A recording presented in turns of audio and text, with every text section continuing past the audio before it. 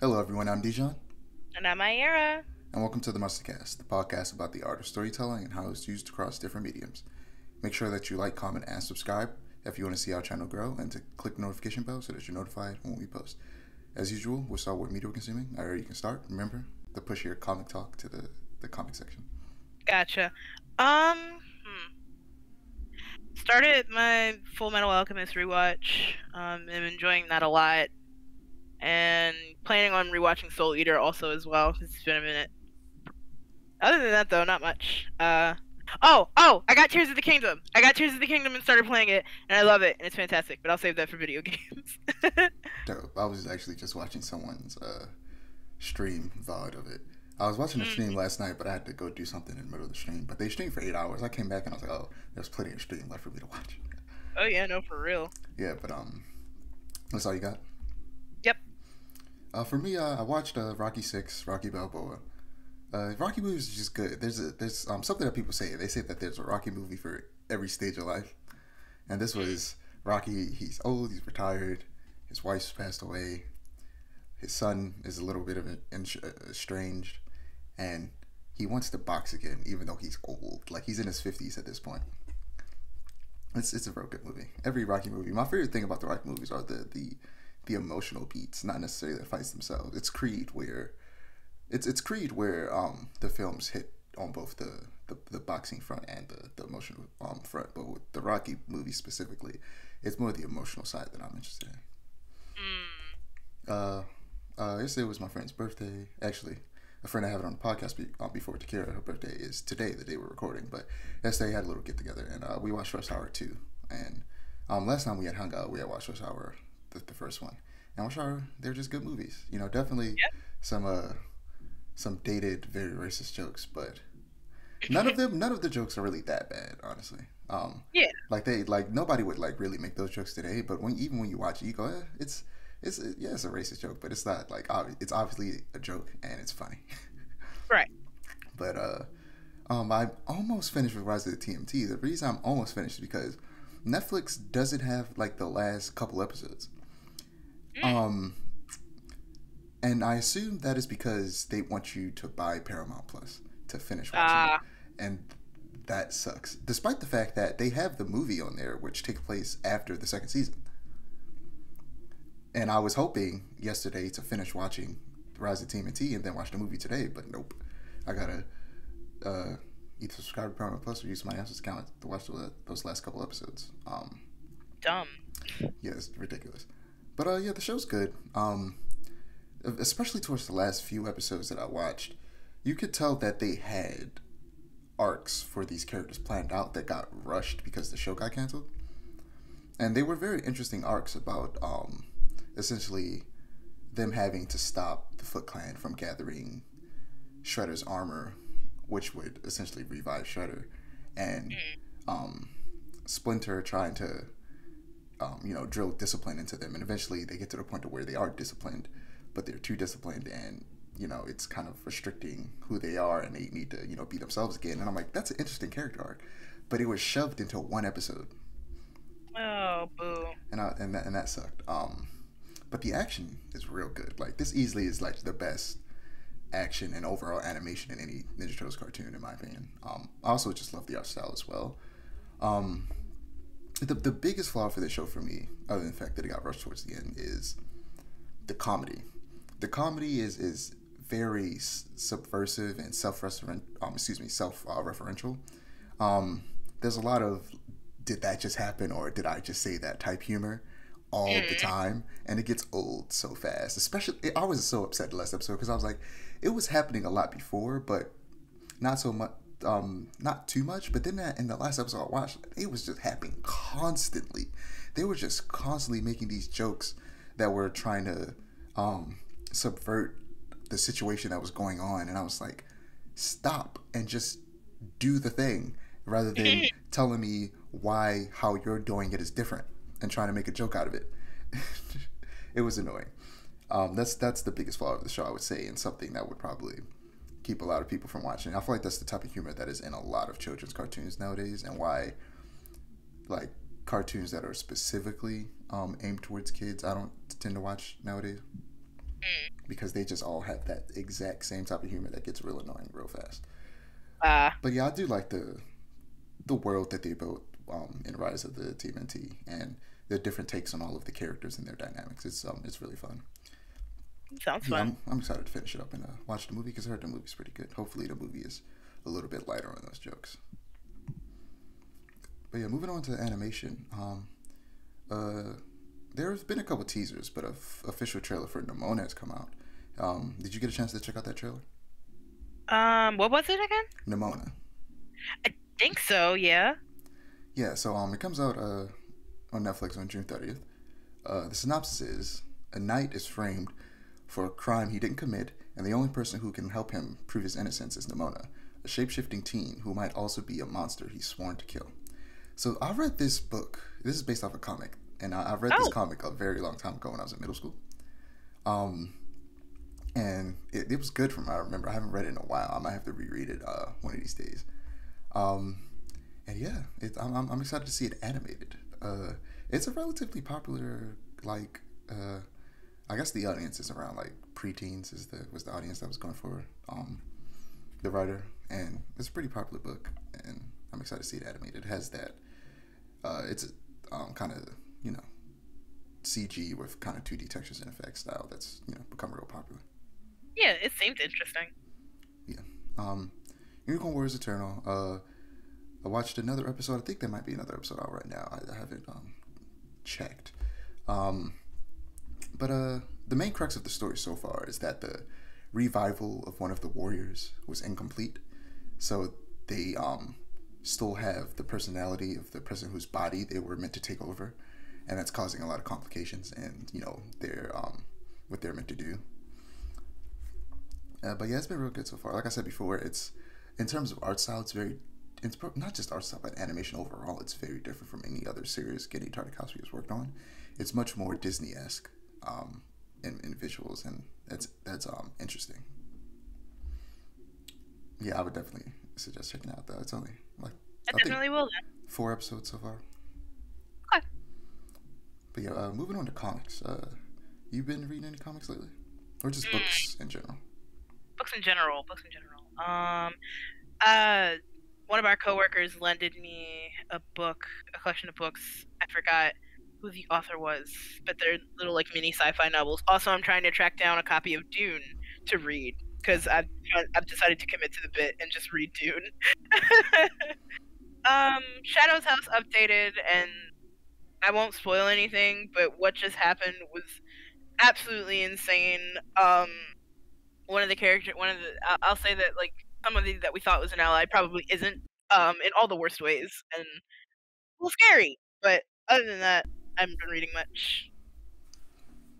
Uh, I've read a lot of comics in the last couple of weeks. Black Adam. I finished reading. The series isn't over yet, but I finished reading the latest volume. I mean issue because I read like half of it one day and then just stopped and just read something else. But I finally got around to finishing it, and like I said before, it continues to make me mad at how bland the Black Adam movie was because this comic is so good and it's showing me so many sides of Black Adam's character, and I'm like, man, this would have been interesting to explore in the movie. Uh, was it like this is shown in the movie how he wasn't the first choice of the Council of Wizards to hold the power of Shazam. It was actually a relative of his in the movie. It was his son. In the comics, I think it was his nephew, and they die and give the powers to Adam. And but in the comics, he was a slave before he became Adam, Oh and wow. he still has a slave's mentality even after he gets the power. So he works for a bunch of pharaohs and before he gets to the point where he ends up killing a pharaoh and becoming the pharaoh himself. But he didn't realize just how much of a burden ruling a kingdom would be, and that Right. causes a bunch of complications. And yeah, With great power comes great responsibility. Yada yes. yada. All And that Black stuff. Adam is a very vengeful person, so he just wasn't very responsible with that great power. Yeah. And that's how he goes down the path of becoming a villain. And that's an interesting story Yeah. when you actually just let him be a villain, and a complicated villain, and that's what he is. But the movie didn't do that. We love gray morality. I want to see more of it in modern film and just everything. Yeah, well, there's a lot of it. I feel like there's almost too much of it now. Mm. People are too afraid to just make a character evil nowadays. I feel like.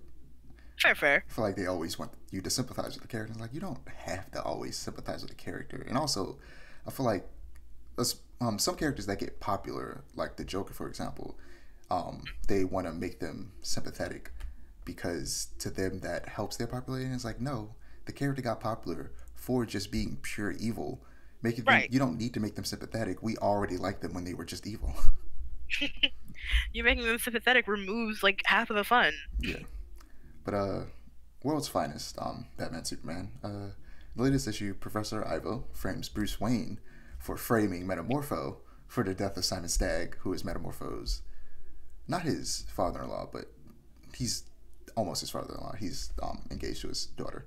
And so Superman and Robin and Metamorpho worked to stop Professor Ivo.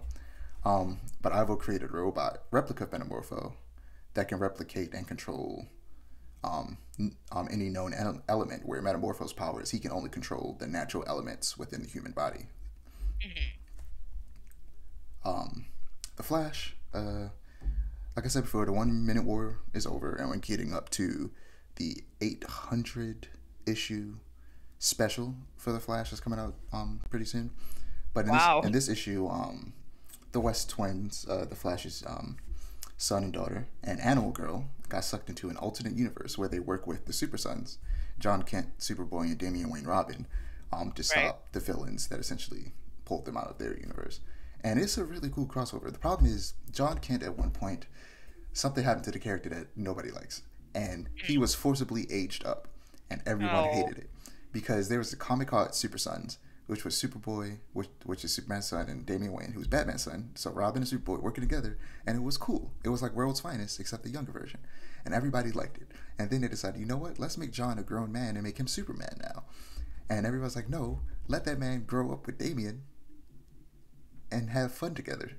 And seeing this made me realize if they kept him young alongside Damian, we could also had Damian, him, and as well as the Flash's kid alongside Animal Girl, who's the daughter of Animal Man, and it could have been a cool little team of 5. Right. And they could have had a whole comic with these characters, and it would have been fun. But no, they could still do it, I guess, maybe in an alternate universe, which would be cool. But I'm mad that they took it away from us in the main universe. Yeah. But I've actually been reading Soul Eater. So something I didn't read as much as it. I would have finished the book. The reason I didn't is because, man, let me see their name.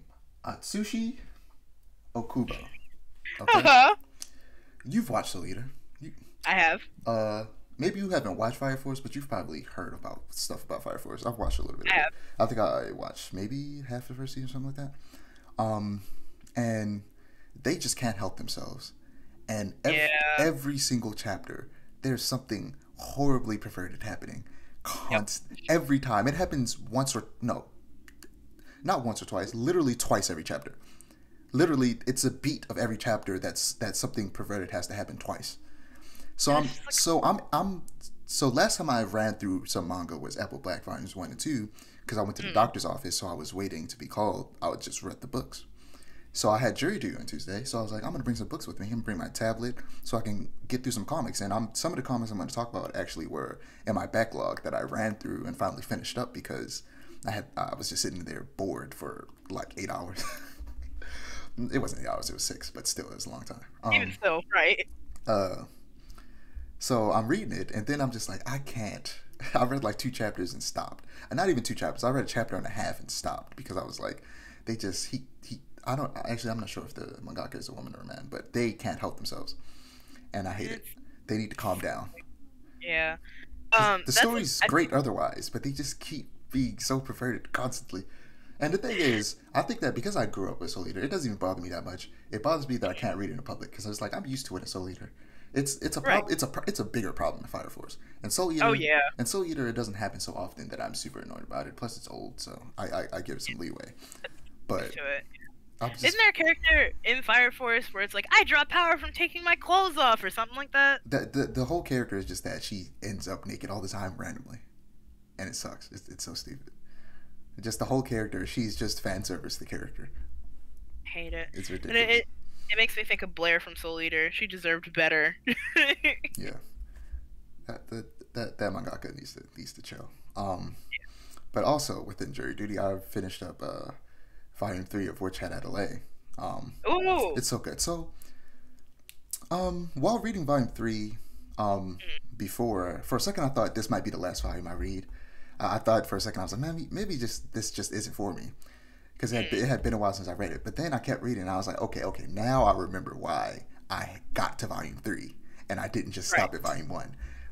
And it's because the magic system is so interesting. I love the magic system in Witch Hat Atelier. It's so good. And watching the characters figure it out is very fun and satisfying. I don't know. I assume you're far beyond me in the manga. Yep. So there's the one character who is colorblind, who starts to figure out how to use magic to work around his colorblindness. And I was like, oh, that's so dope. This is so good. Watching them figure stuff out and figure out how to combine things and make the magic work for them is just very fun. It's like Harry Potter without J.K. Rowling. And I think my biggest love for Witch Hat Atelier's magic system is that it's simple to understand, but still complex enough that you can do fun things with it.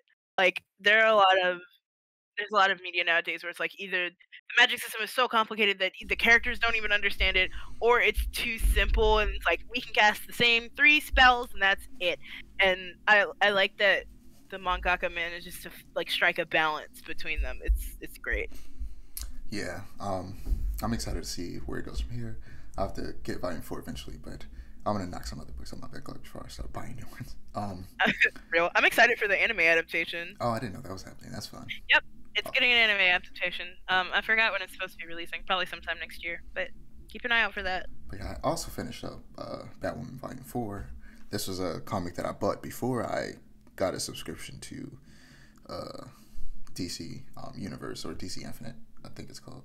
No, I think they changed it to DC Universe.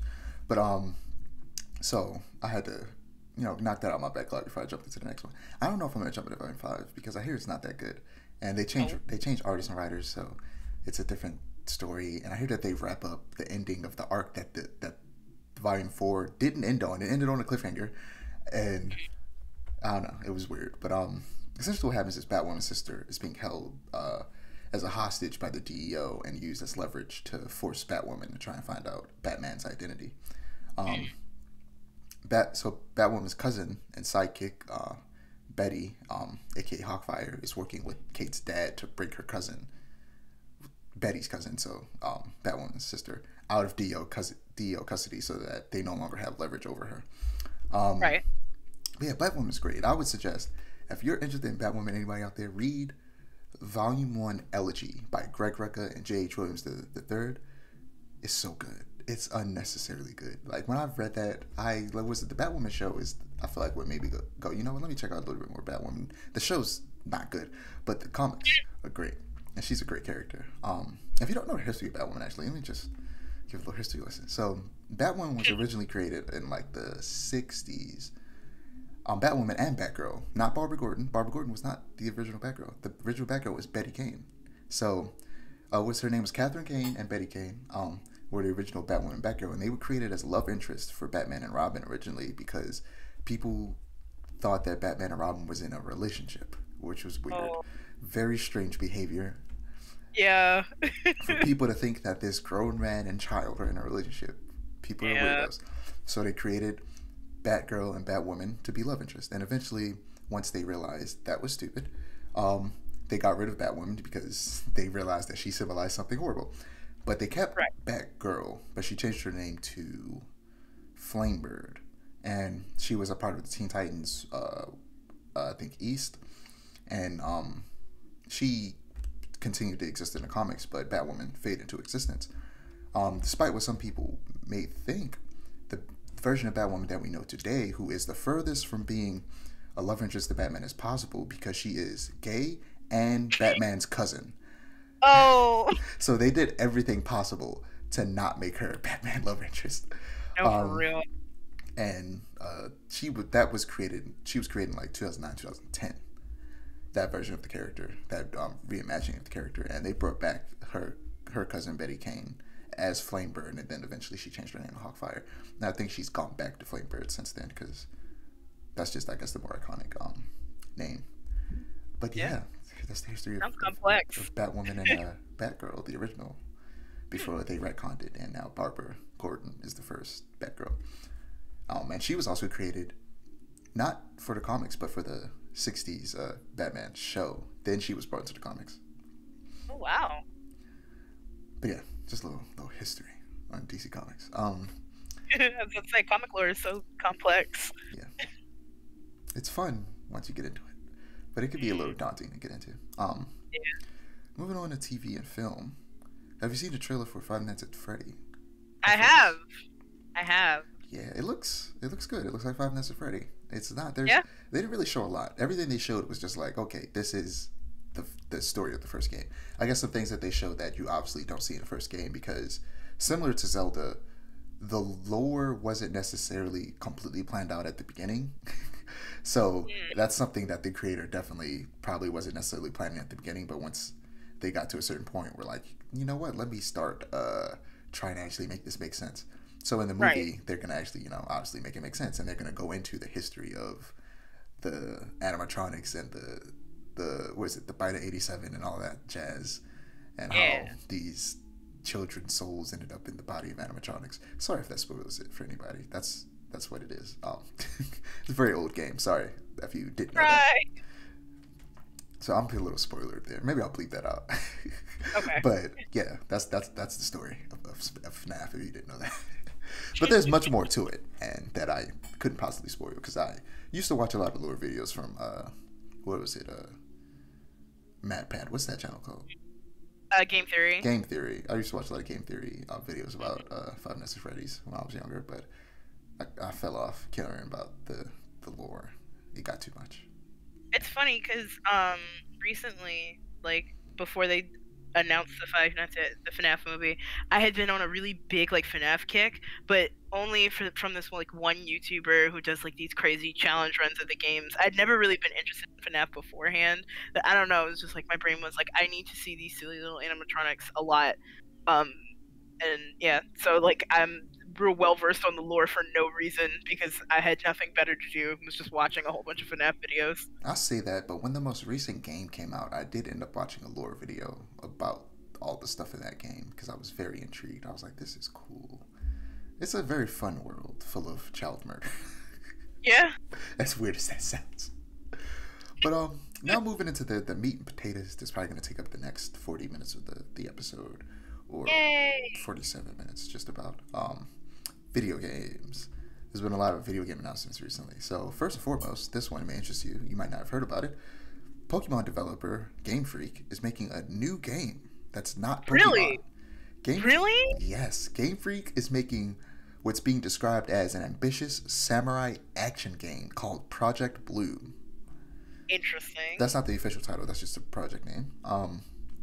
And you love to see devs that have been making the same game for over 30 years get the chance to stretch their legs with something brand new. Right. And this will likely, because they're definitely probably going to go back to making Pokemon games, but this will also result in them, approaching whatever Pokemon game they make next with, new experience from this game.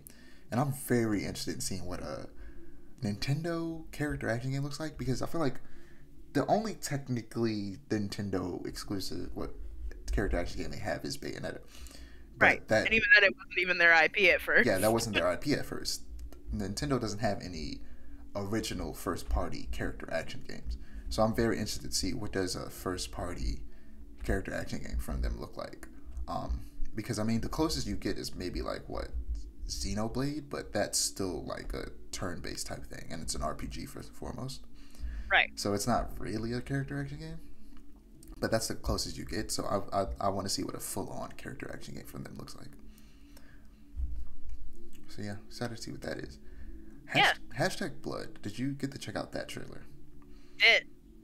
It's a 2D animated vampire slaying game that looks very much like a cartoon that I would watch.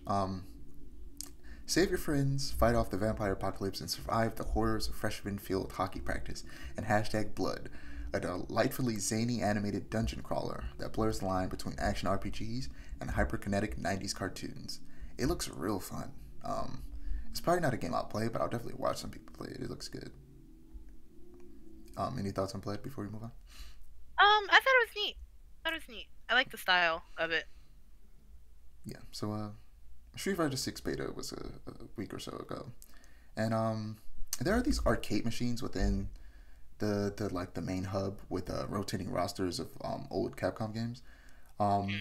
And on the last day of the beta, the game that was on there was Final Fight, which is a beat 'em up that takes place within the Street Fighter universe, but starring what were at the time new characters, but have since Street Fighter 3 have become like mainstays in the series.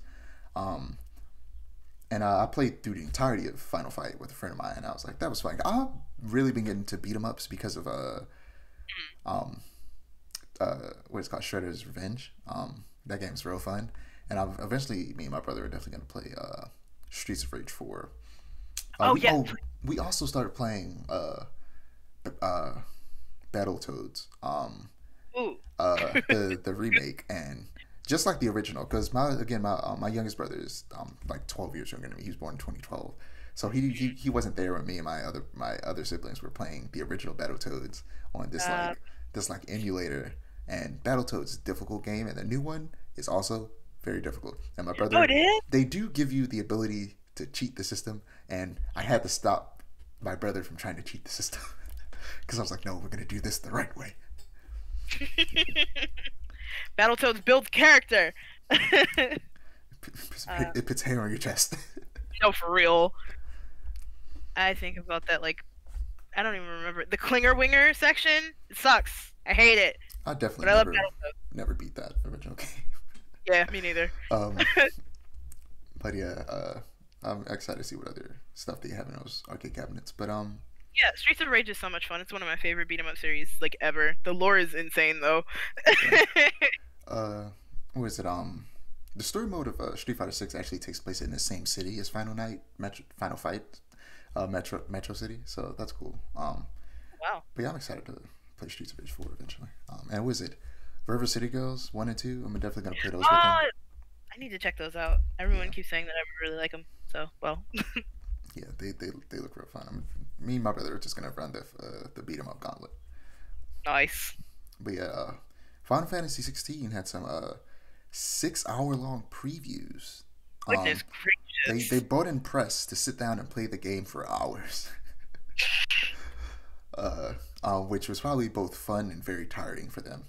Because you're like, man, I love games, but like, I didn't want to come into this nondescript building and play this game for 6 hours straight. But you know, it's their job. So this game has been advertised to death. So there isn't much new to talk about. They even showed it again at the State of Play, despite the fact that the game comes out at the end of June. But I did want to mention one feature that is probably going to change the gaming industry. It's called Active Time Lore, and it provides you with context for any given cutscene with the press of a button. Essentially, if you like, I assume it's the pause button. If you hit that, a codex pops up that tells you who every character and location in the cutscene is, and information, specifically information that pertains to that part of the story, not like a whole lore dump, but lore dump for that entire character, not like that character's entire history, just what you need to know about that character as it pertains to what's happening right now. That's so cool. Jedi Survivor has something similar where it would be outside of cutscenes, but where they will give you updates on like a character's motivations as the story goes along, so that you can keep up with certain things just in case you missed it or whatever. And that's very similar, but not as intuitive. And man, this is a feature that I hope more like lore heavy video games use. Yeah. I don't necessarily expect. I expect 100% expect to see it in more Final Fantasy games specifically, and other Square Enix games. But I'm not sure if other franchises will use it necessarily, because it seems like it's not very easy to implement, because it probably takes a lot of work to to have contextual information for characters at any given moment Like that sounds like a lot. Yeah. But it definitely is very helpful because like I know I find myself like losing The plot. insert yeah, losing the plot a lot in JRPGs, especially if I like take a break from them and like come back to it. I lose the plot so bad. Yeah. This is a dope feature. I'm excited to play Final Fantasy 16 and try it out. This also in the previews, people have just been saying the story is real good. They're going for more mature story. I think this is the first Final Fantasy game to have a mature rating. Um, and it's there's it's definitely like very Game of Thrones inspired, and that despite the fact that early on a lot of people said like the main character he visually just looks very boring and bland, that the story and the circumstances surrounding him, he makes him actually a lot more interesting than he looks. Ooh, So yeah. nice. Um, moving on to Mortal Kombat 1. There was a trailer Yeah. and it was so good. Oh my god. I watched that trailer so many times. Um, it launches September 19th on PS5, Xbox Series X and S, Switch, and PC, which is weird as hell. And Yeah. also, I think either they're holding it close to their chest or we're not getting a new Nintendo console for a while. Because why the hell is this on Switch? But it's not on previous Xboxes or PlayStations. But it's on Switch. Of all the consoles. That is wild. Uh, but yeah, let me tell you something. I know I talk about Cyberpunk 2077. Hurt my soul. I pre-ordered this game immediately. I wasted no time. Oh. I was just like, they didn't even show me gameplay and I pre-ordered it. Granted, I could cancel it whenever I want, Right. but I was just like, you got me. You got me, NetherRealm. I like Mortal Kombat. I don't know what to tell you. Right. It's like, damn it. All you did was show me a trailer and tell me that the pre-orders were going to be 10 in the morning, and I woke up at 10 in the morning and pre-ordered it. Or tried to pre-order it, but the pre-orders weren't up at the time they were supposed to be on PlayStation. I had to wait till like late at night to pre-order it. But Ah. anyway, I pre-ordered it, and I pre-ordered the like version that's like $20 more expensive because you get the battle pass, and I was just like, I had to do it. I had to do it. Um, Especially because they're announcing some pretty interesting characters. yeah. So yeah, it's new fighting system, new game modes, finishers, etc. It is crossplay and cross progression, so Nice. that's dope. More multiplayer games need to have that. Yeah. The confirmed. So I'm gonna go over the confirmed character. So in a reborn universe created by Fire God Liu Kang, Mortal Kombat 1 will feature reimagined fighters like they've never been seen before, including Liu Kang, of course, Scorpion, Sub-Zero, Raiden, Kung Lao, Katana, Melina, Shang Tsung, Johnny Cage, and many others. So the combat pack will feature a Johnny Cage character skin with the likeness of famed actor and martial artist Jean-Claude Van Damme, which, if you're wondering why that's a thing, is because Mortal Kombat was originally supposed to be a Jean-Claude Van Damme video game. Oh wow. But I can't remember if it was him who didn't sign off on it or somebody in his camp. So they just ended up turning it into an original game, and Johnny Cage was birthed from what was supposed to be Jean-Claude Van Damme. Gotcha. So they were giving Johnny Cage a skin after the person he was based off of. Um, Nice. but yeah, that'll be available at launch, and if you pre-order, you'll also get early access to 6 new playable characters available post-launch and 5 new cameo characters available post-launch. Cameo fighters are a unique roster of partner characters to assist during matches. So if you've ever seen anybody play something like Marvel vs. Capcom, which is like an assist-based fighter, that's basically what they are. They are assist characters. You can't play as them. They make it clear that cameo fighters are a separate roster from the main roster, and some people don't like that. Like it's like an assist trophy in Smash. Yeah, that's what some people feel like. Some people are nervous about cameo fighters because it means that maybe their favorite character, similar to assist trophies, will be relegated to just an assist. But that makes sense. yeah, similarly like assist trophies, like when you see, or like what is it, me costumes. Like whenever you see Dante's me costumes, like, well, he's definitely not in the game. Right. But yeah, for me, I look at it as like there are some characters. Like first and foremost, this isn't going to be Smash Ultimate. We're not going to see every single Mortal Kombat character be a fully playable character in this game. That was never going to happen. So it's either the character doesn't show up at all, or they're a cameo fighter and actually participate in the fights if you choose that cameo fighter. So Right. it's like either this character you've been wanting to come back for a long time never shows up in a main game again in any shape or form, or they're in the game as a cameo fighter. It's like, to me, it's a win-win situation. It's either you don't get the character or you get the character in a way that still puts them into a fight. Right. So I don't really see it as much as a bad thing, but also we don't know the full extent of the cameo system. Maybe it's a little bit more involved than we think it is. But this is definitely 100% a way for them to get as many, like, to essentially get characters that people have been wanting back in the game for a while, but without actually making them a full character. Right. As well as some characters that just can't really be a character. For example, there's a character named Montaro who is a centaur. And how do you make a centaur work as a character, a fully playable character in a fighting game? Yeah, no, for real. I'm sure someone could figure it out, but I don't imagine it's easy. Yeah. So he'll probably just be relegated to an assist because when he first appeared, and he's never been playable, I don't believe. He's always been like a boss character that you fight. So it would make sense to make him an assist character rather than a full on character you can play as, because that would be difficult. Right. And there's a character named Natara who has like wings, who like might also be difficult to do. So they'll probably make Natara a assist character, though I think Natara might actually show up in the game because she was a character in the movie. Mm-hmm. So they might want to have that synergy. But yeah, it looks real good. There was a supposed leak from an Amazon Italy listing of the combat pack characters. The fighters supposedly include Takeda, Ermac, Quan Chi, Omni-Man, Peacemaker, and Homelander. See, I heard about Homelander and Omni-Man. I did not hear about Quan Chi. That would be insane. And the cameos would include Trimmer. Now, this is what makes me think that is fake. Johnny Cage, Chameleon, Movado, and Farah. Oh, wait. Is that where I got that? So, okay. Right before we started, I was randomly thinking about Mortal Kombat. And I was like, okay, so there's a character in Mortal Kombat X named Ferrator, which is this big buff like monster thing, and this little girl who's on his back, and they fight together. But she is of the same species as the giant monster dude. Now what happens is she's eventually going to grow up to be this big buff monster like he is.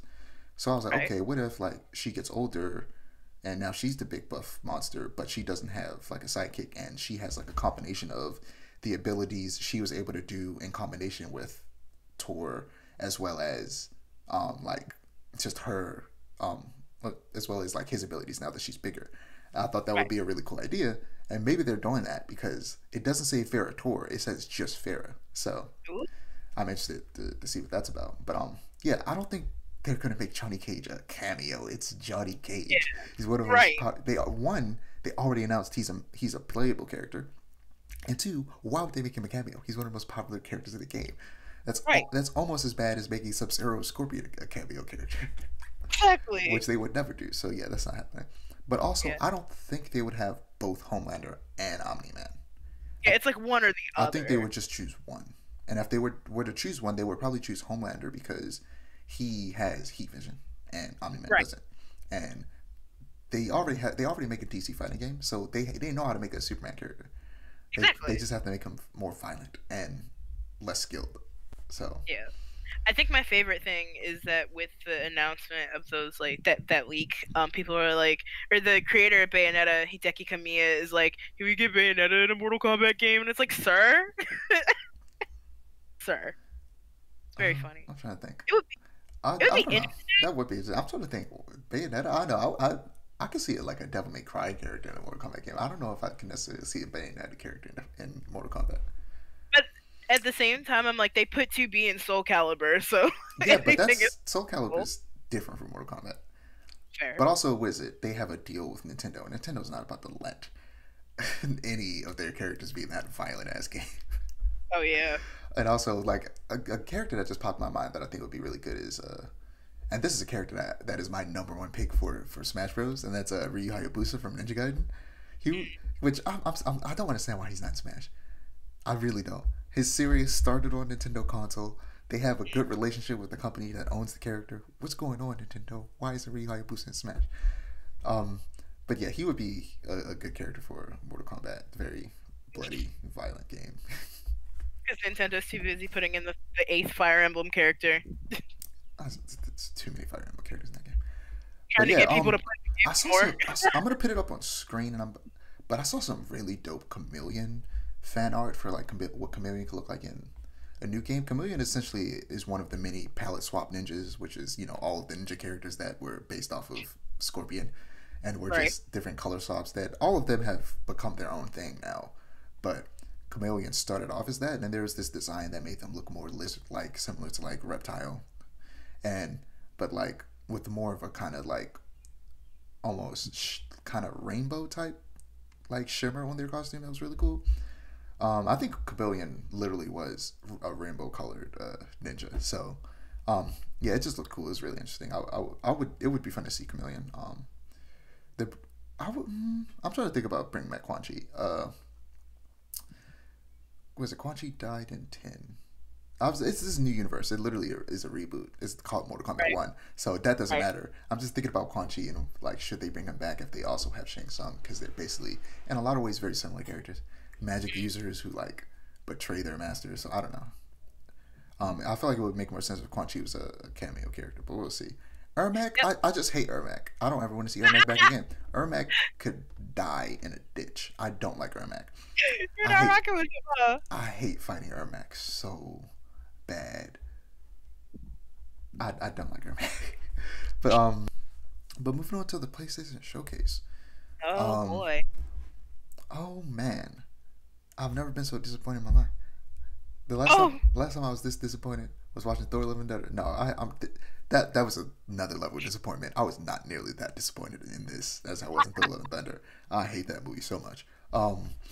This showcase was a disappointment. When PlayStation calls something a showcase rather than a state of play, we expect bangers, but instead we got mediocrity.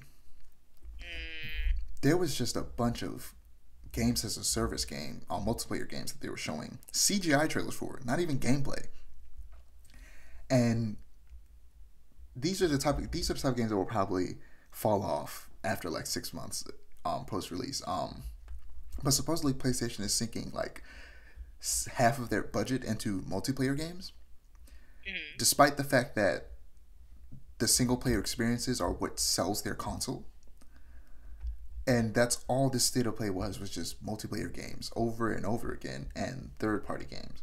And there was only one first-party game at the very end, and that was Spider-Man, which we'll talk about at the very end. And we didn't even hear about the most anticipated multiplayer game of all of them, which is The Last of Us Factions 2, which people are actually interested in. Like, if you really want to show us that you're doing something good with your multiplayer games, show us that one. But like a couple of days ago, or I think it was yesterday, Naughty Dog did make a post saying, yeah, we're still working on it. It's still a ways out. That's why we didn't show it or whatever. And I'm like, okay, that's understandable. And I understand PlayStation is probably like, they trust Naughty Dog. So if Naughty Dog's not ready, they're probably just like, okay, you're not ready. We're going to let you be. But like, they didn't show us gameplay of none of these games. None of them. It was crazy. They kept announcing these multiplayer games and showing us jack. It was frustrating. But let's talk about the games that actually did look cool, despite the disappointment and everything else. Ghost Runner 2. I've never played the first one. I actually ended up rewatching a review for the first one from IGN, and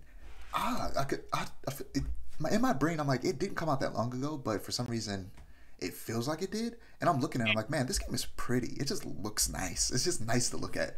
And yeah, it's essentially like a speedrunner's paradise, Ghost Runner.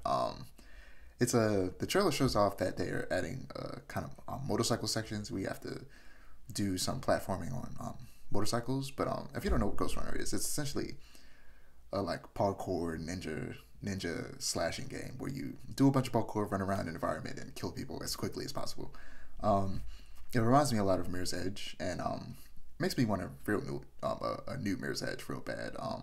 It has I'm thinking the same thing. Yeah, it has a sequel called Catalyst, but it didn't do very well because I feel like they just didn't implement the open world very well. It's not like an open world can't work in this type of game. In fact, I feel like a parkour game is suited for an open world. It's just that they didn't really utilize it well. Game Maker's Toolkit actually has a great video about how Mirror's Edge could have better utilized an open world. I would suggest checking out. I actually watched it a couple days ago because it when I was writing these notes because I was just wanted some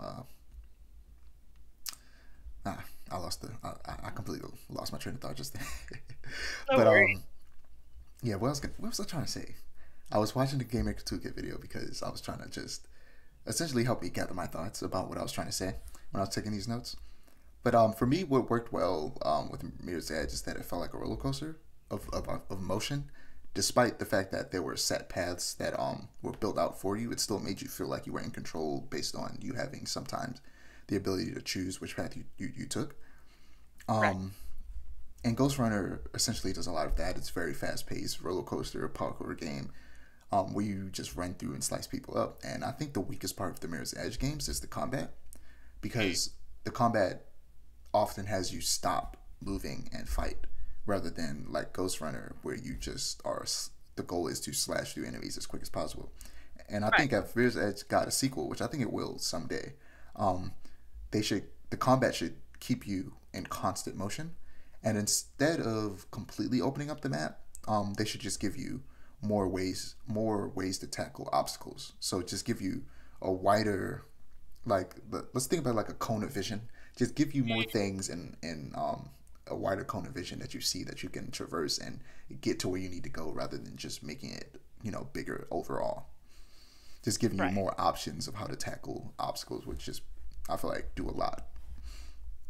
But yeah, Ghost Runner 2 looks good. I'm gonna have to check out the first one sometime soon, and then the second one after that. But Yeah. got lot of stuff in my backlog. I don't know. Sometimes I feel like phones can read your mind because randomly, this YouTube popped in my timeline who makes a lot of videos about how to tackle your video game backlog. Mm. And I mean, his basic answer is essentially just what you think it is. And it's just sit down and play a game. Right. Which is can be difficult sometimes. Sometimes you're just there's a term for it, but you're paralyzed with choice. You have so many options that you don't Yeah, I choose get anything, and it's like I know I need to sit down and play Snake Eater, but at the same time I don't want to. I But Sword of the Sea, from Giant Squid, the creators of Journey and The Pathless. have a Um, lot to say about this yes, one. Sword of the Sea is our most ambitious game to date, taking place in an abandoned realm where the terrain flows in constant waves. Sword of the Sea features a brand new movement mechanic, the Hover Sword. The Hover Sword controls like a snowboard, skateboard, and hoverboard all in one. Build momentum to achieve great speeds and catch big air as you explore skate park-like ruins, lost in the tides of the necropolis of the gods. The Hover Sword embodies the feel of snowboarding and skating games, but in an entirely new context of adventure. Like Journey, it looks breathtaking, and like The Pathless, the traversal looks real fun. Overall, the art direction is very much like Journey because it takes place in like a desert area. But what was you have to say? So I love Journey. Journey is one of my like most favorite games of all time. I love the art direction. I love the concept of it. I just love Journey to pieces. I love that game so much. I have it on mobile. I love that game so much. Journey is on Um, mobile. That's crazy. Journey is on mobile, and as soon as I heard that that was the thing, I went and bought it. But yeah, love Journey to pieces. When the trailer for Sword of the Sea first started, I was like, this has to be by the guy or the people that made Journey, because that like the way they take desert environments and make them interesting to look at and traverse, it's so I love it so much. So I was like, this has to be by the mastermind behind Journey, and lo and behold, it was. So I am like super excited for this game because like I said, love Journey to pieces. Yeah, I've played Journey not too long ago because it was really short, so I was like, I should check this game out. People say it's good. I had a good time. It's not really a game that I'm like obsessed over or like I want to play again. I'm just an action guy, so it was the slowness puzzle thing of it just wasn't for me. But That's real. Sword of the Sea looks fun because I do like skateboard games. I'm excited for Skate 4, which you have been on a podcast when we talked about it, but they're making this. It's actually not called Skate 4. It's just called Skate. Period. um, and it's gonna be as weird as this sounds, and I feel like a lot of people were a little bit nervous about it at first, but to me, I think it's actually perfect for the Skate series. It's gonna be a games as a service, and it's gonna Oh, be free to play.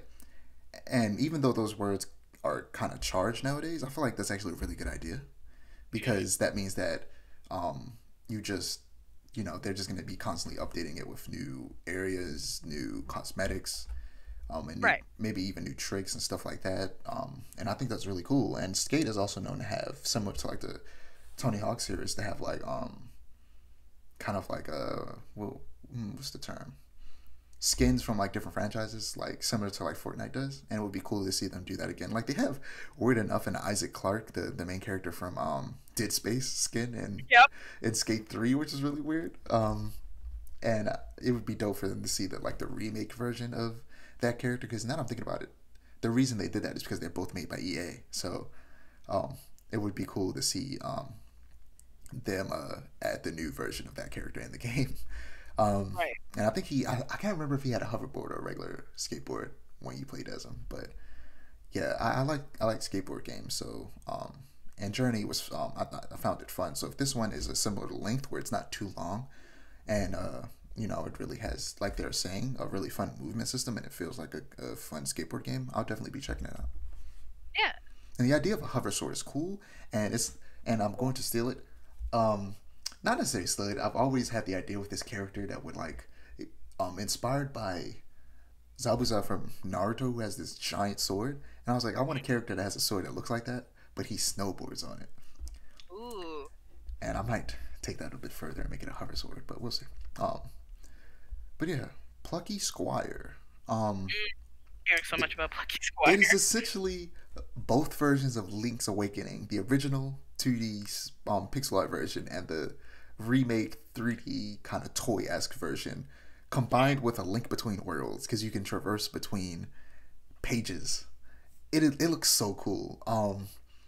It's just so on the Patreon blog they say, in order to thwart Humgrump's dastardly plans, our heroes must adventure across the land of Mojo to its very borders and even beyond. Jot leaves the book's pages and finds himself in a strange new world, a desk full of oversized paint pots and toys. He must explore this new realm to find items that might help him in the battle against the nefarious Humpgrub. During his excursion on the desk, Jot will fight huge beetles, jump inside illustrations, and even jetpack through the air. It looks fun. It does look fun. It looks very much like a Zelda-inspired game. It's cool. You have any thoughts on it? I know you. It just. Yes, I know Link Between Worlds is one of your favorite Zelda games.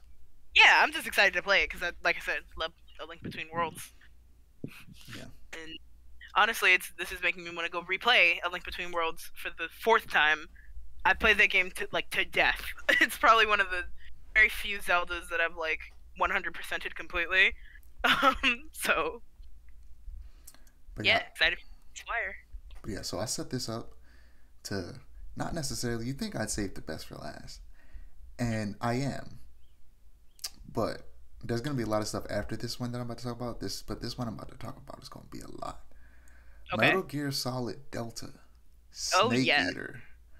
Oh my god! Now I told you this, but I literally got up, screamed, and dropped to my knees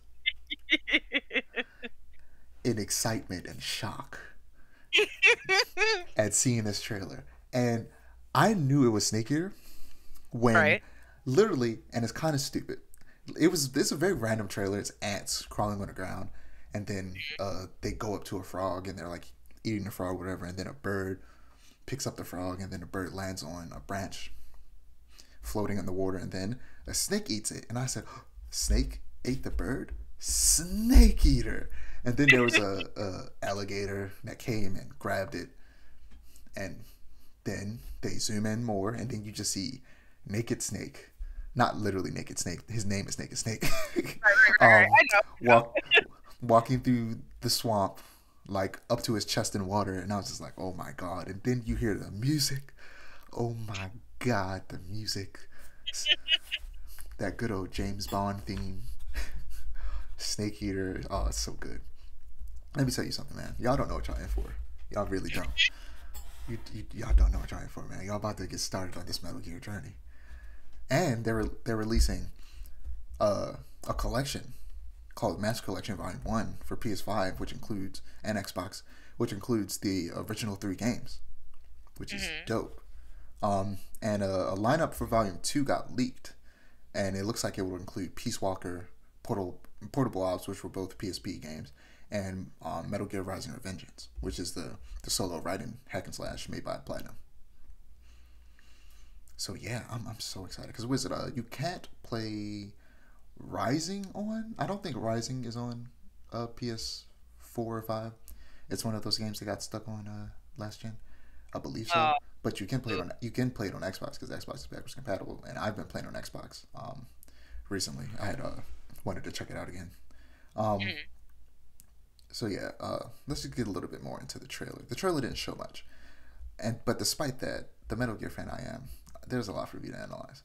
Uh, and really, it's really the title we're gonna analyze the most. But let's just talk about the trailer itself real quick. So the reason they're showing all these animals eating each other is because the game isn't called Snake Eater for no reason. It's not just called Snake Eater because the main character's name is Snake, and he's fighting these people who are probably, stronger than him or whatever. It's called Snake Eater because you literally eat snakes. That's not why it's called Snake Eater, but that's part of the reason. right. There's a mechanic in the game where you eat animals to like restore your health and stamina and stuff.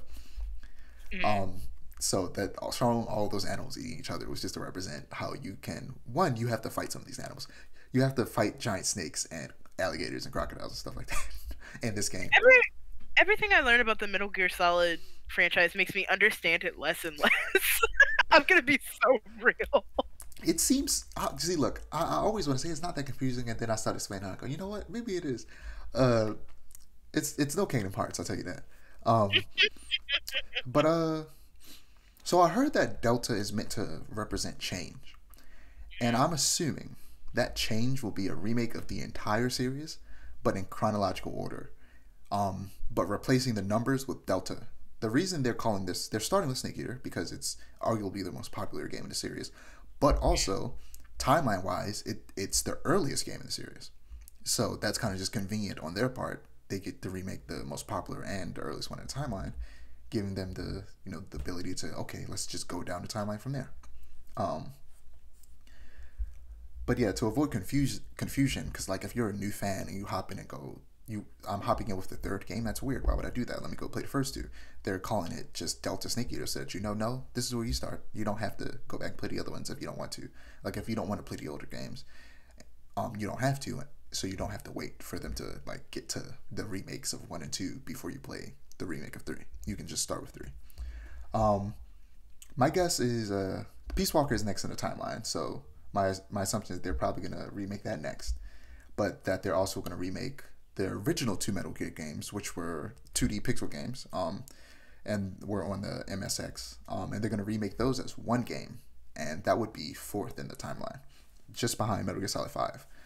And that's where things get weird, is that I'm not quite sure what they'll do with 5, since it came out in like 2015, so it's still relatively new, and I played it recently. Again, don't like the game, and I'll get to that in a minute, but it's like doesn't necessarily need a remake. It could just get like a 4K remaster, and they could remaster it and just slap Delta on it, and have people go, okay, after you play Ground Zeroes, I mean not Ground Zeroes, I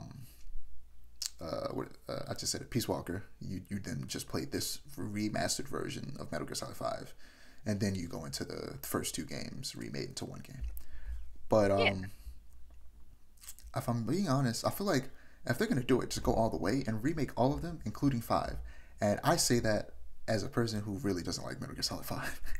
I think there's a lot of changes they could make to the game. To me, the biggest problem with the game is that it's an open world game that didn't need to be open world. It makes the mistake that some games make where they go open world and it's just big and empty. And Metal Gear Solid 5 is big and empty, and it makes me feel like RPGs make me feel, which is just overwhelmed and tired just at trying to play them. And just I love Kojima, but sometimes he gets a little too ambitious, and this is one of those times where he got too ambitious and it made a game that just I wasn't a fan of. And that's okay, do what you want, Kojima, have fun.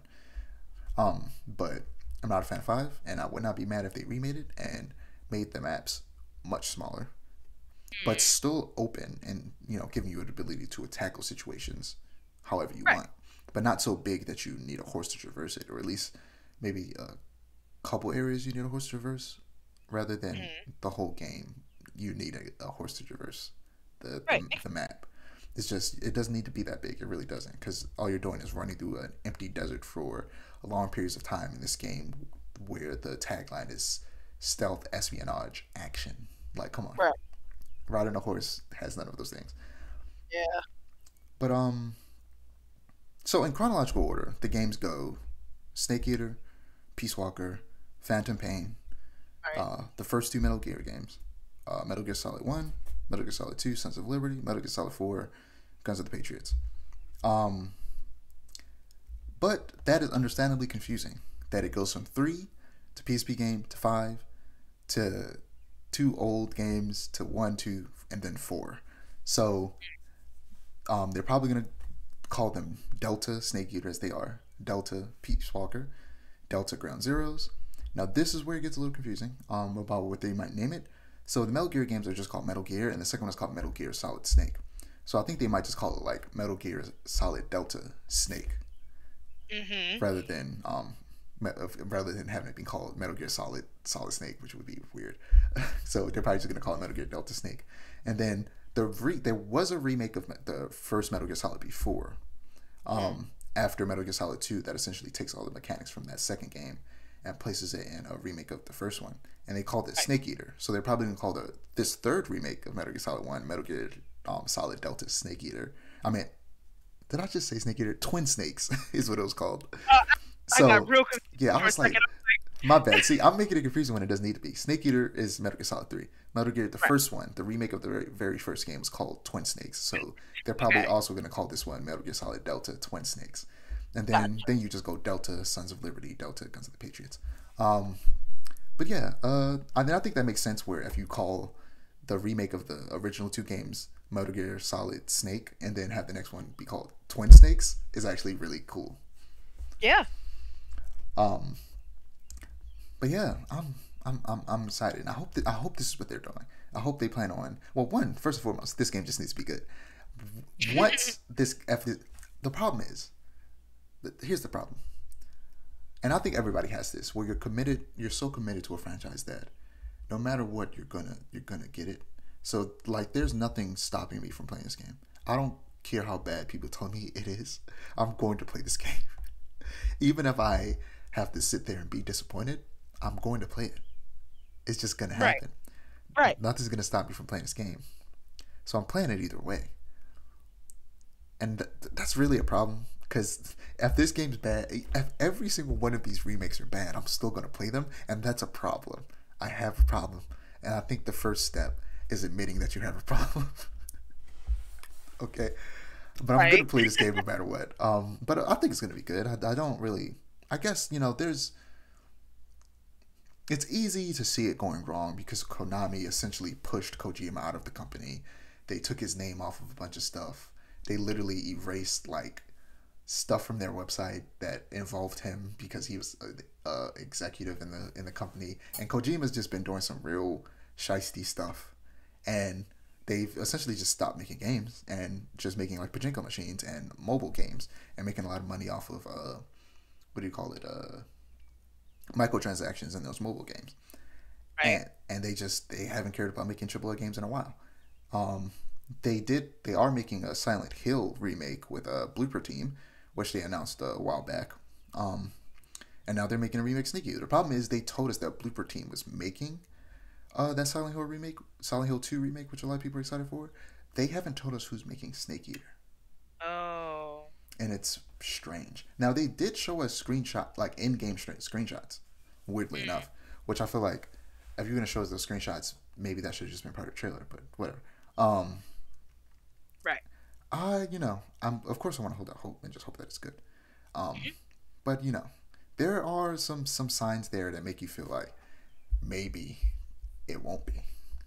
But at the same time, it's like all they have to do is get a team of people who know how to make a game, and you don't have to change much. You just have to modernize it.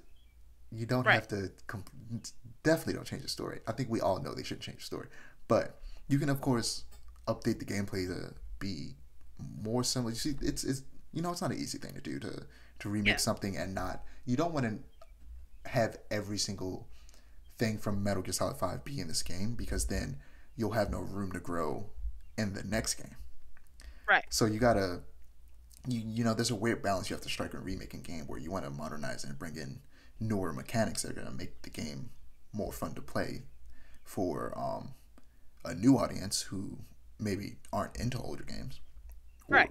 or just an audience like me who was like, if I wanted to play a game that felt like an old game, I would just play the original version. So you got to make it feel new, Yeah. but you also want to leave room for improvement. So you kind of have to restrict yourself a little bit when you're remaking a series that has 7 games in it canonically. It's a tough balance. Yeah, and I just hope that they can actually, toe that line. Yeah. But yeah, that's all I have to say about Snake Eater. Anything you got to say before we move on? Nope. But I'm thinking about at least trying to get into Metal Gear because like it's always been kind of like an intrinsic part of because I grew up playing Super Smash Bros. Brawl. You know, Stank was in it. Blah blah blah. I'm familiar with the series, but only baseline. So it's like I kind of want to get a little more familiar, especially with the remake of Snake Eater coming out. So yeah. Yeah, they're good games. Good games. Towers of I don't know how to pronounce this. I'm gonna try. Aghasba? I don't know. I think that Aghasba sounds right. But Yeah. yeah, it's just a game that doesn't necessarily seem like something that I would like, but it just looked pretty, so I just had to talk about it. So on a PlayStation blog, they say Dreamlit is thrilled to introduce Tower of Aghasba, where players can build vast elements and grow sprawling ecosystems on their fantasy island. Express your creativity by developing your island in any way you want, while striking a balance between advancing your civilization and maintaining the island's ecosystem. It looks cool. There's a lot of really interesting, like the environment design and the creature designs look fun, and there was a little bit of action in it that made me go, maybe it would be something like me. But it's weird that this game came out around Tears of the Kingdom, because even though it's obviously not the case because it was obviously either developed around the same time, but it's like it's weird when a game comes out that does something very similar to another game and you're like, it feels like they copy them, but obviously that isn't the case. You know it isn't, but it feels Yeah. like it sometimes. Like what is it? Horizon Zero Dawn, Assassin's Creed Origins, and Breath of the Wild came out in 2017, and they are all very similar open world games, and they all do something similar that makes you go, "How did this happen?" Yeah.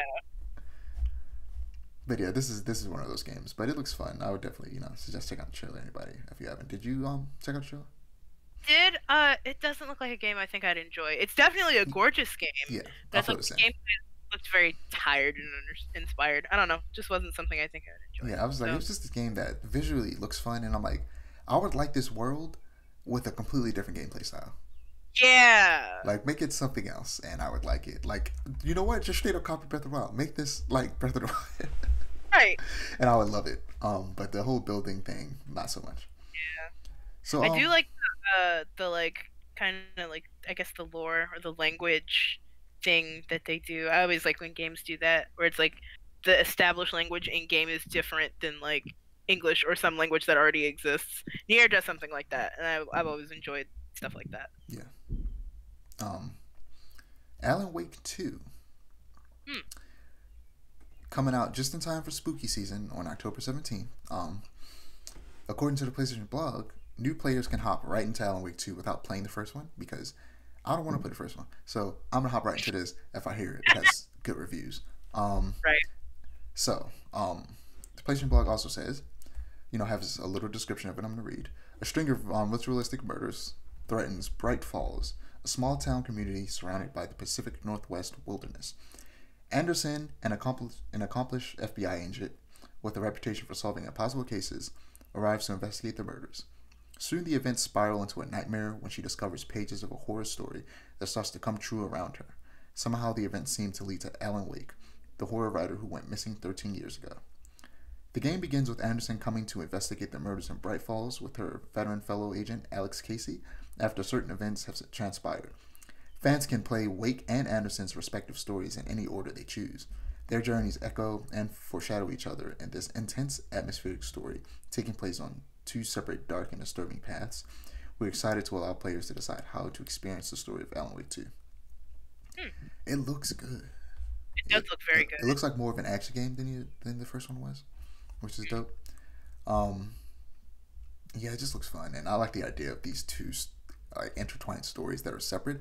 I mean, Resident Evil tries to do something similar, but I feel like they don't necessarily succeed. Right. It'd be I interesting. hope it. Oh, I was gonna say it'd be interesting to see depending on how well they manage to do this, maybe uh the Resident Evil devs Capcom actually take some inspiration from the way the Alan Wake team, what is it, Remedy, um, does this and bring it back to Resident Evil. mm-hmm. Yeah, what were you gonna say? I was gonna say, I just hope it doesn't take the what was I gonna say? Ah, I forgot. I hope it doesn't take the butterfly effect. What you do in one story affects the other. Like, I hope it doesn't go that route. I'm so tired of that style of like dual protagonist gameplay. It's dumb. Yeah, Good and Until Dawn. Leave it with Until Dawn. Back in that time period. I No don't. more butterfly effect games, Yeah, please. it doesn't sound like that's what they're doing. It just sounds like the stories are intertwined. Like I don't. This isn't the type of game where like you can necessarily affect the story. Like they have a set story that they're trying to tell. Gotcha. Good. Okay. Yeah, there was also finally a gameplay trailer for Assassin's Creed Mirage. Ooh. So, it's releasing on October 12th. Team at Ubisoft say, for the 15th anniversary of the brand, we felt it was the perfect opportunity to make a game going back to our roots in terms of gameplay, visuals, and stories, making our players feel nostalgic and excited to experience a new adventure as Basim while immersing them in the vibrant golden age of Baghdad. Let me tell you something. I think I watched the trailer again, uh, like a little bit before we started recording. The music in that trailer is really good.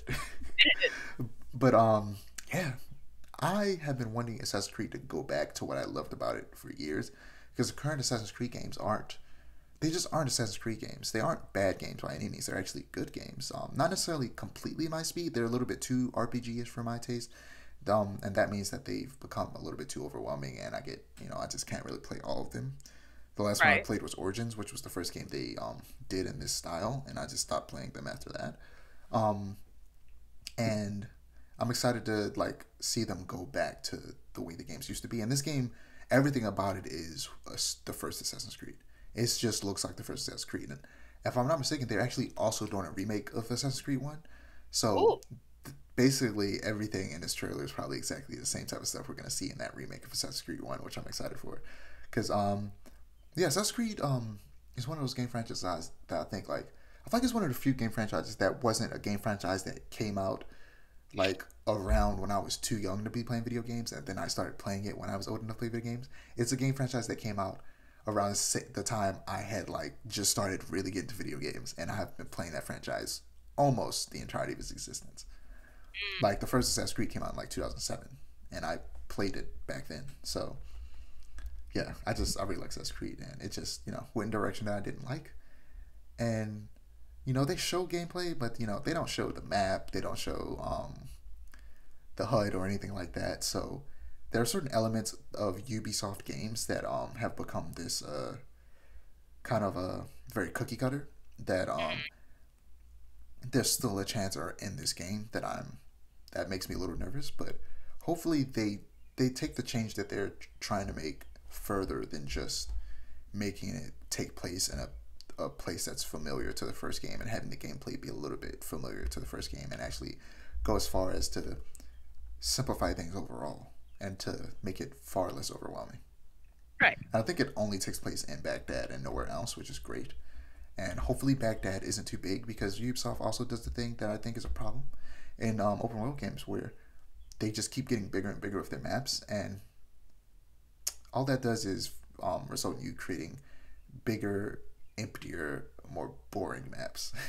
Yeah. And instead of like, if the technology is evolving enough for you to keep making it bigger, I think it's also evolved enough for you to, rather than making it bigger, keep it the same size and make it, and just add more depth, add more verticality, more Yeah. buildings you can go inside of, more people you can interact with, more random encounters. Instead of going wider, we should be going deeper in terms of mechanics as well as the cities themselves. And I feel like example I always use is a game that isn't even open world, but it has slight open areas is Dishonored. I love that franchise. Recently I've binged the first two games, and yeah, it's just that game utilizes like that game is just there's a lot of depth to that game. There's a lot of verticality, especially to the second one, and there's just a lot of really fun small interactions that Right. I would love to see that type of experience, but at a larger scale of an open world that you can explore every facet of. Essentially, making open world feel like the real world. Like you can walk into any house you want. You can go underground. You can climb to the top of this building. Like there's no invisible wall up there. Like Right. you can just go up and you can go below, and it's in a a smaller space. Like rather than just keep going bigger. I think going bigger is hurting open world games when we should just stay not even stay where we are. Go like half the size the maps are now, and all the effort you would have used to make the map bigger, go into making it adding more depth. Right. Yeah, but yeah, Yeah. I hope this game's good. It comes out Yeah. pretty soon, so we'll be seeing some gameplay. Was it?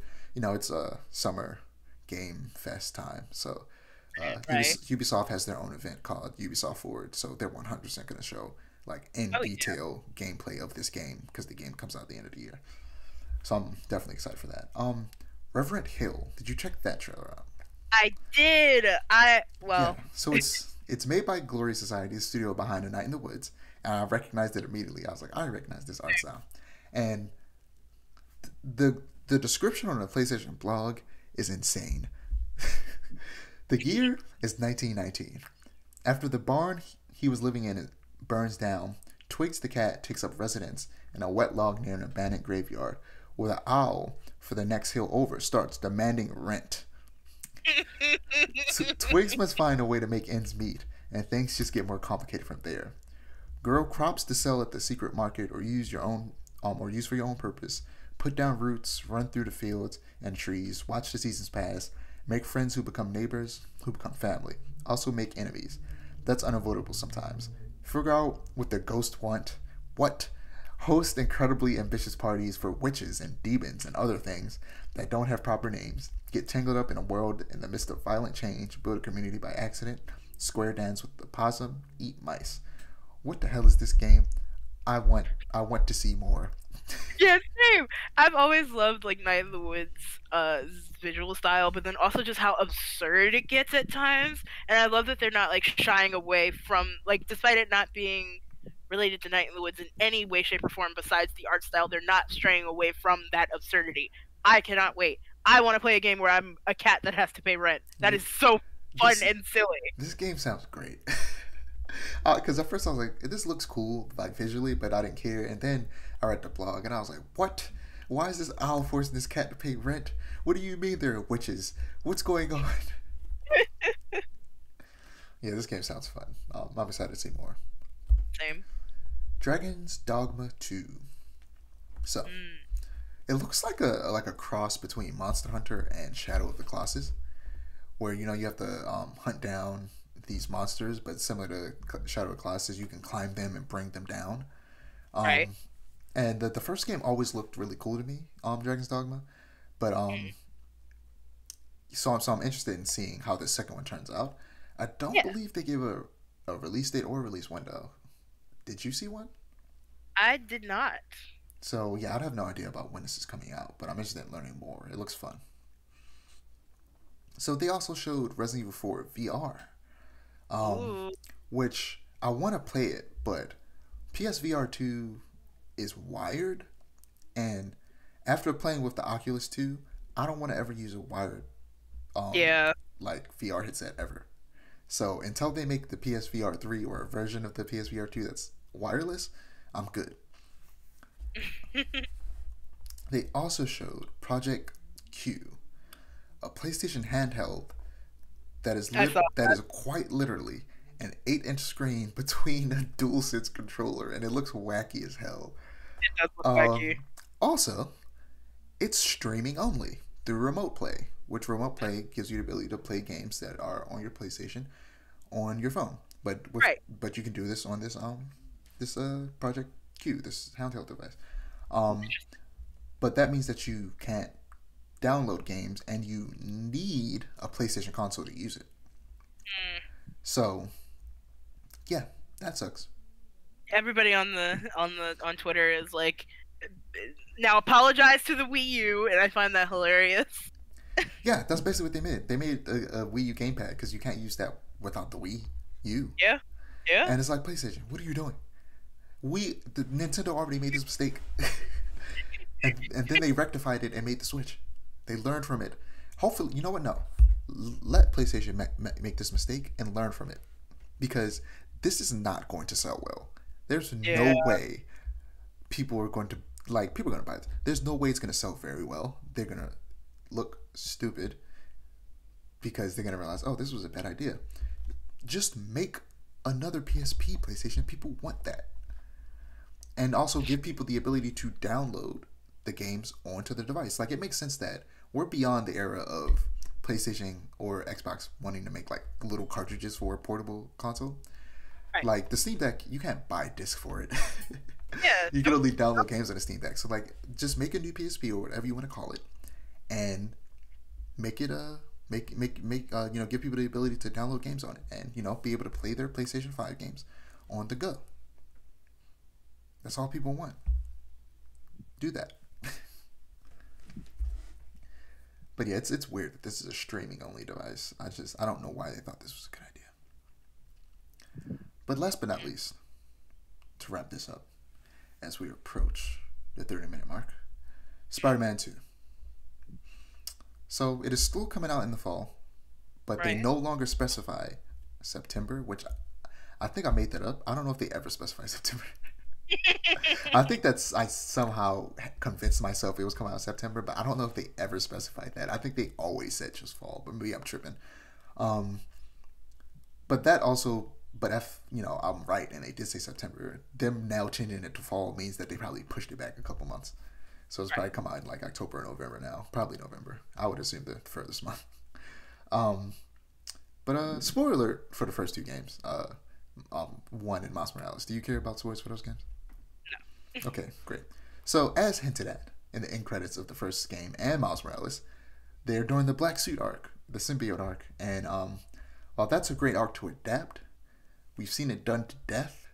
So it's more a matter of how they'll change it to keep it interesting for me. Um, and then potentially making Harry Venom, Harry Osborn, as hinted at in those end credit scenes. I feel like it's already a really interesting change. Um, we're also getting Kraven the Hunter as one of the main villains, and while his story of searching for the best prey to hunt has been done several times before, it's not so overdone that I'm like dreading a rehash of it like I am with the Black Suit. Right. Because so far what we're seeing in this trailer was a lot of the same stuff we always see. Okay, Peter's angry because of the symbiote, whatever. But the best Black Suit story I've consumed is from Spectacular Spider-Man, which is a great show. You should watch it. It's on Netflix right now. I think it might also be on Disney Plus, but I know it's on Netflix. And in that, the Black Suit doesn't just, some stories will have the Black Suit just be responsible for making Peter angry, so when he takes it off, he's back to normal, or when he puts it on, he's immediately angry or whatever. But the way Spectacular Spider-Man does it is that it's not like it's just making him angry, it's kind of increasing and like taking advantage of feelings he already has. Right. So it's enhancing the worst parts of him. So it doesn't. So even when he takes off the suit, he isn't completely absolved from the bad things he's done. He still has to deal with those problems because they're deeper problems that goes beyond just the symbiote that was affecting his mind. Right. So I hope they do that for this, and don't do the basic just the suit was making him angry. Yeah, getting into the meat of the trailer, we see Black Suit Peter emerge from Dr. Connor's house in Queens. Well, Queens is a borough that was previously unseen in the first two games, so it seems like we'll be getting an expansion to the map. When Kraven was looking at his iPad at New York, we saw both Queens and Brooklyn, so we'll probably be getting both of those boroughs in this game. Nice. But yeah, Peter is donning the black suit, and we see him mercilessly slamming enemies around using symbiote tendrils. Right. And in Miles Morales, you hold L1 and press one of the face buttons, square, triangle, circle, cross, to do like a special ability, and they're essentially doing the same thing, but with the symbiote powers with Peter in this. But they've also attached that to the gadget system, which the gadget system was essentially you're playing Tears of the Kingdom right now. Like there's a wheel that you have to access to get to the abilities. Right. That's essentially what you had to do with the gadgets in the first two Spider-Man games. They've now changed it to the abilities where you just hold R1 and then press one of the face buttons and aim and deploy that gadget instead of having to go to the weapon wheel. So basically just make it a little simpler.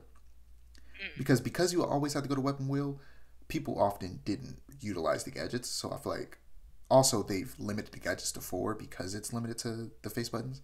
That way, you know, we were just spoiled for choice with gadgets in the first game. So we didn't use most of them. Whereas limiting them to 4 and making it easier to use them in general and quick fire them is just going to make people want to use them more in combat. But yeah, we see Peter destroy these people. There's apparently a parry system, and they're going to be like unblockable or unavoidable attacks. They're going to force you to parry, and both characters have a parry, it looks like. But we only see Peter's parry in action. But after he destroys these people mercilessly, we switch to Miles seamlessly, which hopefully is an example of how quick it'll happen in game with the power of the PS5. And we see him do something that wasn't in the first game, which is he connects his webs to 2 poles, pulls himself back, and shoots forward, and goes very far before deploying his web wings, which everybody was wanting, and they gave it to us. And he's gliding and catching updrafts between buildings and almost flying straight up. And it's probably going to be, I feel like a big reason they added it is probably because the boroughs of Queens and Brooklyn are across a bridge, across water. So it'll probably, the fastest way to get across those bridges rather than swinging across a bridge or fast traveling is actually gliding over the water. So yeah, gliding looks like it'll be fun. Traversal is easily the best part of those games. Like they force you to fast travel once just to let you know that it's there, but after that nobody fast travels in those games. Miles Morales, I just booted up every now and again to just swing around and do air tricks, because you can do like tricks in the air. And doing air tricks in the first game was weird, and the air tricks weren't very interesting. So I'm excited to see what they do with Peter's air tricks specifically, because we've seen how cool Miles' air tricks can be, and you know he's got the exaggerated swagger of a black teen, so we know his air tricks are cool. I want to see what the exaggerated swagger of a Jewish kid. Well, he's a grown man, but I want to see what his looks like. Right. But yeah. We also see a little bit of stealth. Stealth wasn't great in the first game, but in Miles Morales it was actually really good because you got the ability to turn invisible, and you can web people up from ceilings and walls, which you couldn't do that before. You had to be on perched on like some type of pole or the edge of like a building or something to web people up. But now you could just do it from being like, you could be stuck to the wall and pull them up. You could do that in Miles Morales, but now they add the ability to make these web lines that you can walk across, which I feel like really opens up areas, because before you were limited to very specific points, but now you can go anywhere. And you can also grab 2 people at once to web up, and that's dope. But the end of the trailer is just this big set piece where Peter and Miles are chasing the lizard and trying to stop Kraven's hunters from killing the lizard. And yeah, it looks good. Well, no, that's all. That's it. I thought there was something else, but there isn't. But yeah, yeah, it looks good. It looks fun. I'm excited to see more. You know, the game's coming out soon. We're probably going to get a state of play that focuses exclusively on, probably not exclusively on Spider-Man, but probably shows a couple other things. But the main event will be Spider-Man, and they'll show us some more gameplay. Gotcha. Like, I don't. It reminds me a lot of what's that game called? Prototype. Yeah, I knew you were gonna say Prototype. You've talked about Prototype before. Prototype's great. I believe that they're gonna make a Miles Morales type spin-off game, but where you play as Venom. I think they're gonna do that because I think it makes sense. People want a Venom game, and a Venom game would basically just be Prototype. Right. That's really, like, every time I played Prototype, I was like, this is just Venom. Like I want a video game, Venom game that's like Prototype. Obviously, probably they're not gonna be able to make it as violent, but like Yeah. Prototype, you Prototype. Alex Mercer literally just would swallow people whole. Yeah. I had no business playing that game at the age that I played it. Oh, me To be neither. honest. He was. That game is insane. He's like, he's just a monster. He just walks Yeah. up to them, and you could just do it to any random civilian. It's actually kind of messed up. Yeah, for you real. just walk up to them and you absorb their everything Right. and transform into them. It's so creepy. That was the person. That person probably had a family. Like. Yes, it's so messed up. But it's like imagine like seeing like if that was something that happened in a movie, it would be horrifying. Like imagine a version of that with like today's video game graphics. Horrifying. Absolutely. Disgusting. And I want to see it. Make a new prototype. Right. Give me a prototype 3 right now. You know what, Xbox? If you, which it seems like might be more likely now, actually end up buying Activision Blizzard, force Activision to make a new prototype. Right.